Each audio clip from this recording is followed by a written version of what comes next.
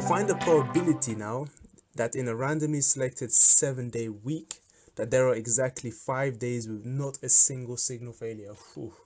So this is kind of a combination problem. Okay, so for over here, I said out of the 7 days, I pretty much stayed what they wanted. So they want exactly 5 days with no signal failures. So I put 5 n's for none.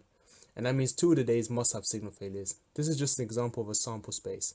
Now, the way this works is that you just have to consider how many different ways we can, arrange this. So think what you did in S1 GCSE. We're just finding all the combinations.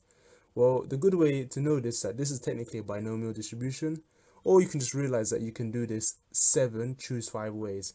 What this means is that you got 7 different variables, and you want to choose 5 no signal failures out of this sample. So 7 days chosen by 5 no signal failures.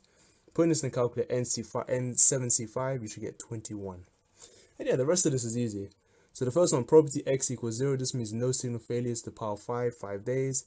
And this means probability of not having a signal failure, so not equaling 0, which is power 2, which is over here. Put this all in and you should get 0.294. Easy. Probability, man.